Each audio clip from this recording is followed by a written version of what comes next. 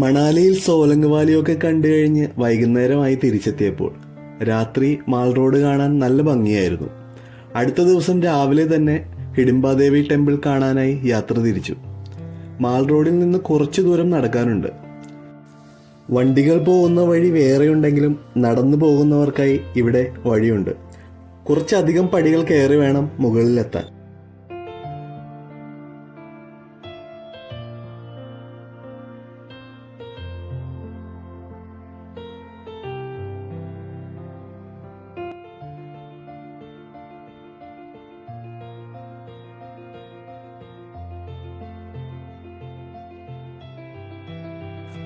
പടികൾ കയറി മലയുടെ മുകളിലെത്തുമ്പോൾ വനത്തിന് നടുവിലായി ഹിഡിംബി ദേവി ക്ഷേത്രം കാണാനാകും.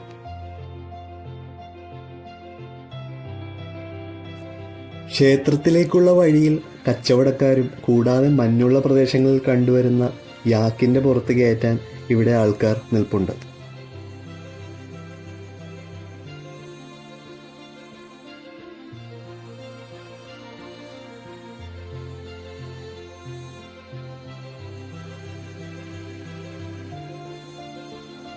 മഹാഭാരതത്തിലെ ഭീമന്റെ ഭാര്യയായ ഹിഡിംബി ദേവിയാണ് ഇവിടുത്തെ പ്രതിഷ്ഠ.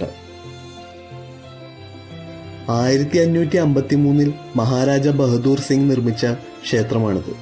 ഹിഡിംബി ദേവി ധ്യാനത്തിലിരുന്ന ഒരു ഗുഹയുടെ ചുറ്റുമാണ് ഈ ക്ഷേത്രം നിർമ്മിച്ചിരിക്കുന്നത്.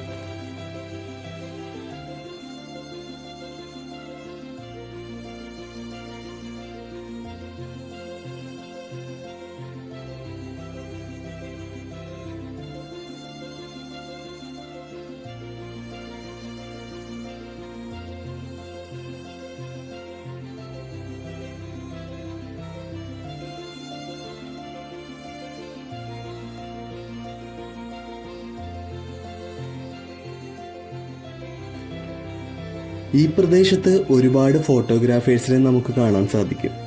ഹിമാചലിലെ ട്രഡീഷണൽ വസ്ത്രധാരണമായ പഹാഡി അല്ലെങ്കിൽ കുളുവി എന്നറിയപ്പെടുന്ന വസ്ത്രങ്ങൾ ധരിച്ച് ഫോട്ടോ എടുക്കാൻ ഇവിടെ തിരക്കാണ്.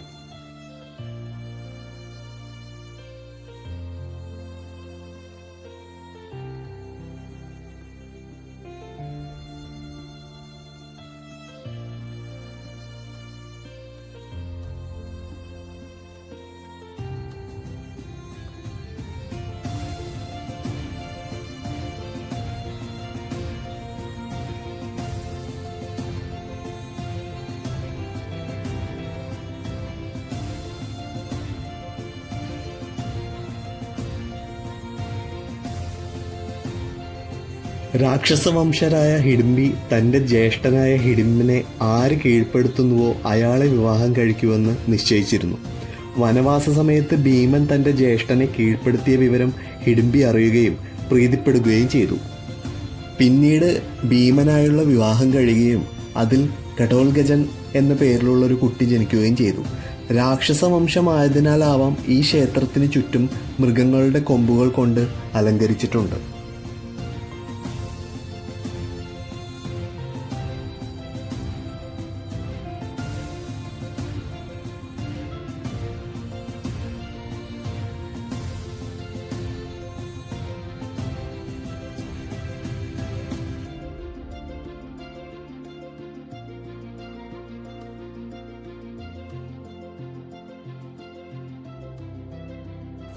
റോജ സിനിമയിലെ ചില രംഗങ്ങൾ ഈ ക്ഷേത്രത്തിലാണ് ഷൂട്ട് ചെയ്തത്.